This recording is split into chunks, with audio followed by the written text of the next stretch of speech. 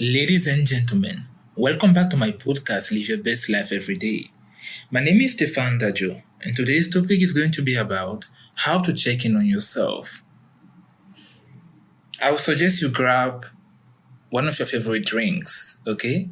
And just listen up, okay? Relax. Now let's dive right into that. Oof.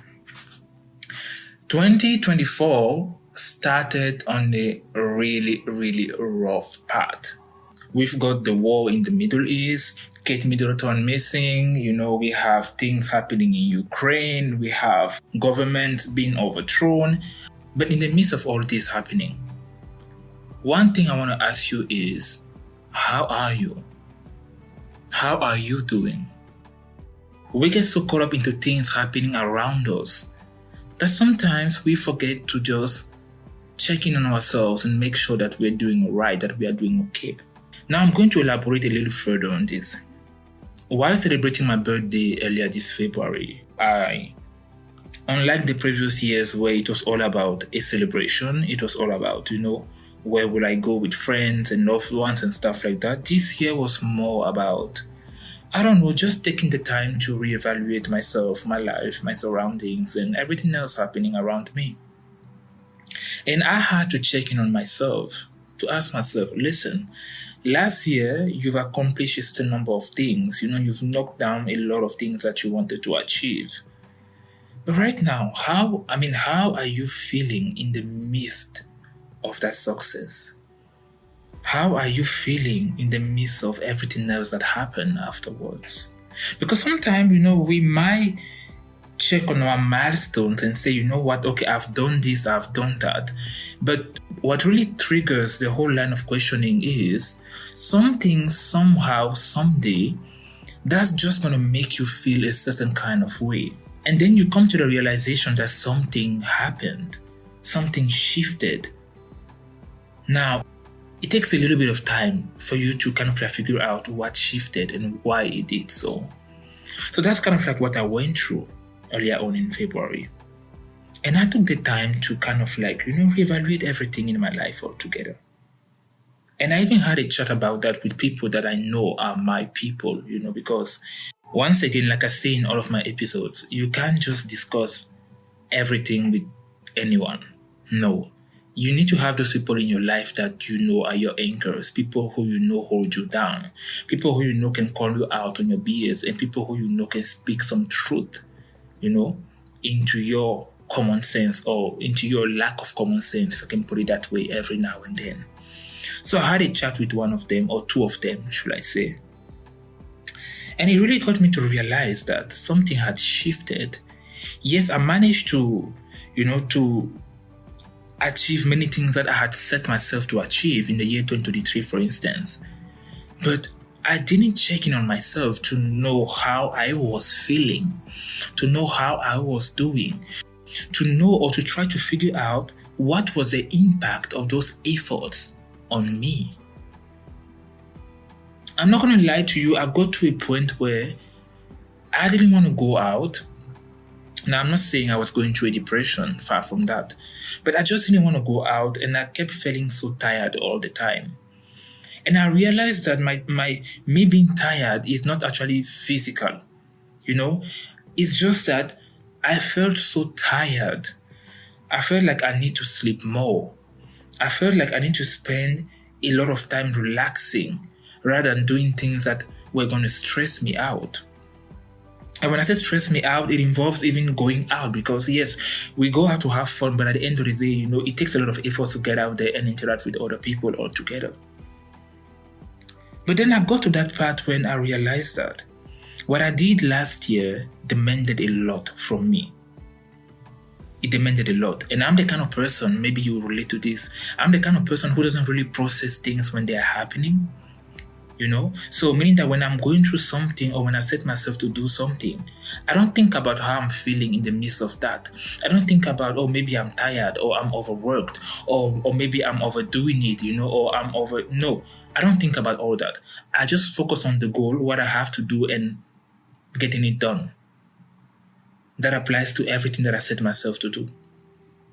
So that happened. And then I had to go and do my homework to try to pinpoint what happened last year and why am I feeling the way that I am feeling. So one thing leading to the other, I managed to figure it all out. And I was like, wait a minute. If I'm going through this, it means that there's a lot of people out there who are going through the same. So why not talk about it? Why not try to find a common ground? Why not bring it on the table and try to see what we can get out of that? So of course I did my little bit of research. I found few steps that I thought, okay, let me try to apply this to my own self and let's see how it impacts me, how well I get acquainted with those steps, And of course, how maybe other people can also utilize that to just improve their quality of life in general. Because there is nothing wrong pursuing your dreams and goals. It's just that it's important every now and then to check in on yourself. And that is what this episode is about. You see, life is a wild ride. It is. And it often feels like we are constantly dodging curveballs. We are kind of like juggling responsibilities, trying to keep our heads above water. But in the midst of all this happening, how often do we pause to check in on ourselves? How often do we dare to explore the depth of our emotions and inner landscape? Well, in this episode, we're going to be diving headfirst into the heart of our self-awareness. And we are going to unveil 6 bold steps to check in on ourselves regularly. Okay? Now, the first step, grab a piece of paper if you need to. The first step is you need to learn to embrace your mindful rebellion. I say that to say this. It is time to rebel against the chaos and reclaim your inner sanctuary. Set aside a few minutes maybe each day or few hours in a week, okay, to rebel against your hustle and bustle. Find a quiet place, a quiet corner, find your place, okay? Close your eyes and just let all the noise out. Let all the noise out. And turn your focus towards your breath. Now, for people who have been practicing yoga for a while, you will relate to this. This sort of brings you a certain inner peace. And while doing this, it is quite important to let each inhale and exhale be a declaration of your sovereignty over your inner world. You have to take control over your inner self. You see, I remember the first time my sister took me to a yoga class, and those were many years ago. And the first time I got there, I was like, oh my God, this is going to be boring. It's that thing I heard about and everything. People just sit around. It's all about breathing and stretching and wearing tight ties, and I don't know. But oh boy, little did I know. When it got to that meditation part, you see that last part, just after get into the stretching or get into the downward and this and that. There's that last part where they say focus on your breathing. Focus on your breathing. Empty your mind. Quiet the noise around you.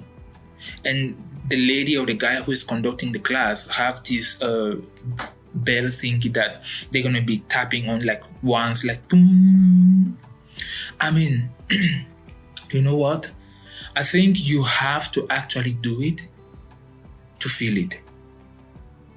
And oh la la, that really took me into a different level altogether. That is when I learned to quiet the noise around me. And that's something that I do regularly. I do it sometimes at work. I do it sometimes at home, depending on, when I'm in a mood to meditate or when I simply want to quiet my mind. I do that every now and then. And I promise you, it does wonders. Because when you do that, you kind of like reset. You kind of like come to a more quieter and a more peaceful version of yourself after everything you've been through. during the week. You see, during the week, because of work, because of your interaction with other people and maybe your business or so on, it doesn't matter what you do. But because of the interaction that you need to have with other people, you sort of have to put on a certain character. You have to be strong. You have to be, you have to be alert. You have to be proactive. You need to be this, you need to be that. You have to fix a lot of things. But in this particular moment, all you have to do is to be your peaceful and quiet self. So it's like finding or pretty much gaining back that peace that you had before the chaos of the week started. That's it for step number 1. Embrace mindful rebellion. Step number 2, dance with your demons. Oh yes, I love this one. And now many people might be like, what you mean dance with your demons, Stefan? What are you talking about? Well, what I'm saying is grab your journal, okay? Grab your piece of paper, grab your notebooks or your notes. I have a friend of mine who is pretty much into, digital notes and everything. Well, if that's your case, do that, okay? And prepare to dance with your demons. Dive into the depth of your soul, okay? And let the ink flow freely. Write about your fears, your dreams, your victories, your defeats. Write about all of those, okay? And allow those pages to become like a sacred arena, where you confront your innermost thoughts and emotions with courage and honesty. I tell you this, confiding in someone about your fears and, confiding in someone about your fears, your dreams, and victories are something that we might not necessarily feel comfortable about every now and then. But when you take the habit of writing things down, and I tell you this, maybe this is a millennial and older generation thing, but I am of that school of writing things down. Okay? I write things down. I write my dreams down, things that I want to achieve, I write my fears down as well, things that kind of threaten me or things that I feel might threaten my peace. And sometimes I even write things down, putting a reminder to think about that. Like, for instance, I'm going to be on my way to maybe seeing a friend or, a workout or something like that. And then something's going to come to mind that might cause me to worry a little bit. But then I'm going to write it down. And in that particular case, I will mark it on my phone in my notes. And I'm going to write it down in a way where don't forget to think about this later. Okay? And now that we are here, let me just have a quick look at my phone and see randomly how many notes I've got in my phone. And this is crazy. This is something that... So I have around 375 notes in my phone. And mind you, this is something that I try to clear up on a yearly basis. But of course, there are a few notes that are like passwords and everything and stuff, which are usually not, I don't think there are more than 5 or 6 notes. But the remaining ones are stuff that I kind of like put in there on a daily basis. Reminders and things that I have to think about, those type of stuff. But you need to get in the habit of writing things down. And because when you write them down and you take some time off, like you take your eyes off it, and then you come back a day or two after, you look at that, with a more quiet perspective or approach to things. And then it allows you to kind of like literally read into things, find solutions, find alternative. Like, I don't know, the approach is just different altogether. And I always say this, I always say, sometimes in life, it's all about how you react to things. And if you panic, then you get confused. And when you get confused, you don't think objectively. And when you cannot think objectively, what happens is one mistake after the other. And there goes the turmoil and confusion and depression and so on. So you don't want that now, do you? So learn to dance with your demons in the sense where learn to write your stuff down. What scares you? What motivates you? What empowers you? What you want to achieve? Write everything down. And allow yourself to think through them every now and then. Make the time for it. Now, step number 3. Embark on a sensory safari. Yes. Now, this one that I love. You have to take a sensory safari through the landscape of your body every now and then. Listen, I'm not telling you anything sexual here, whatever, or something, but just hear me out. Close your eyes and embark on that journey from head to toe. Explore every sensation, every ache, every twinge. Like literally, notice where there is tension, okay? Notice where you feel relaxed. Notice where you have a little bit of pain. Embrace each sensation as a messenger, guiding you into a deeper version of your being. You see, what happens quite often is something happens.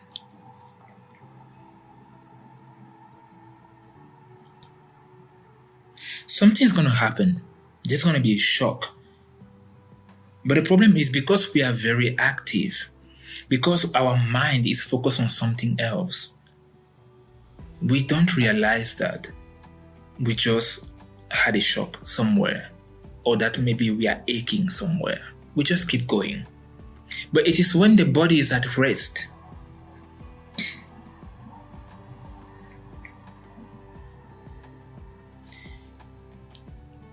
it is, however, when the body is at rest that you start realizing that, oh, wait a minute, I don't know why. Why is my thigh hurting? Why is it that I'm feeling pain here by my ankle? Like I have a friend of mine who told me the other day, I don't know why, I'm feeling some pain there around my calves, and underneath the sole of my feet. Some people will tell you, I don't know why I'm feeling a kind of pain around my shoulder. Like you're going to feel stuff every here and there. But the thing is, when you make it a habit to kind of go through your whole body every now and then, and you can do this when you are doing your whole meditation thing, okay? You just lay down and go through your body. Feel yourself and try to find out, where you feel some pain and everything. Because look, pain can often be an indicator that something is wrong, just as pain could also be an indicator that something is still working. So it's not always alarming. It's not always like, oh my God, there's pain here and everything. No. Take the time. Always make sure, if not every morning, at least every 2 or 3 days, to make sure, you just touch yourself and everything and stuff. And there's nothing wrong with that. It's even advised by the doctors. Now, this is something that most of the men listeners might be like, how am I going to touch myself and everything? Listen, you have to. Because I don't think somebody else is going to be touching you every single day. While you are done having that shower in the morning, just take a few minutes, okay? Feel yourself and try to kind of find out where you are aching. It's really important. Some of those aches may just require a little rub or, some of those soothing creams, for pain and everything and stuff. But for some other things, you might actually need to go and see a doctor. So that's why it's important to feel your body, okay? Get on that journey, guys. That's why I called it a safari. It's a safari because you kind of have to go everywhere and check everything. Sometimes you might find something, and sometimes you may not. I truly believe that the best safari you could go on is the one of getting to know yourself, both from a mental perspective, just as physical perspective. Now, step number 4, wrestle with your emotional beasts. It's time that you start wrestling with your emotional beasts. And by emotional peace, I'm talking about setting aside a moment each day to confront your inner turmoil head on. Name your emotions. Think about how you feel. And by the way, guys, just so you know, these are steps that I went through myself when I realized what was happening to me, like I told you earlier on in February. Okay, just so you know. Now, let's go back to the topic. So again, I was saying, you need to name your emotions. You need to acknowledge their presence. And you need to wrestle with them like a fearless warrior. Because what happens is, if you don't allow yourself to feel the full spectrum of your emotion, then you never truly get the opportunity to overcome them. What you need to understand is that every feeling is a powerful ally on your path to self-discovery. But the thing is, in order for you to overcome certain things, you need to allow them to surface. And when they surface, you tackle them. And that's why I said in some of my previous episodes that make sure that as you go through life, you don't just go through it, but you also need to grow through it. It's a process of self-discovery and self-mastery. Okay? Now, step number 5, reflect in the mirror of your truth. Listen, you have to stand before the mirror, okay? And reflect on your journey. It's as simple as that. There is no something magical, like, and nobody gonna come out of that mirror and tell you things that you didn't already know. No, it's your journey, and you have to reflect on it. Okay? Take stock of your victories, for instance, your defeats, your triumph, and your tribulations. Celebrate the milestones you've reached and acknowledge the roadblocks you have encountered. Let the mirror be like a portal to self-awareness, revealing the depths of your soul with unwavering clarity. Now, this must sound a little dramatic, I know, especially that last part, but it's true nevertheless. Quite often what I realize is that when people overcome something or people achieve, a significant milestone, they tend to forget what they went through or the roadblocks or what they have encountered. And I often say, it's by remembering what happened, what you've been through, the roadblocks, the challenges that you faced, by remembering them and by remembering how you overcame them, that's also how you become proactive. Because life sometimes happens in waves. And it's the same wave that came last time that's going to come right back at you. Sometimes just bigger or smaller. But the thing is, if you've managed to learn what needed to be learned from the last wave, then you have a more proactive approach into how to avoid this one. And that's just that. Okay. The next step, which is the last one, is step number 6. Navigate through self-compassion. This is something that I say in almost all of my episodes. Self-compassion is pretty much treating yourself with the same kindness and understanding that you would offer to a dear friend, a loved one, or a family member. Learn to embrace your imperfections, okay? Forgive your shortcomings and shower yourself with love and acceptance.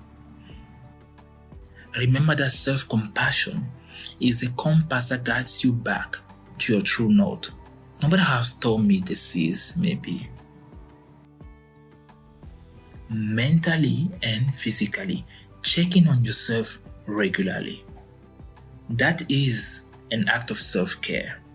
Because what you need to remember is, because of everything happening, many people who even care for you won't often have the time to check on you.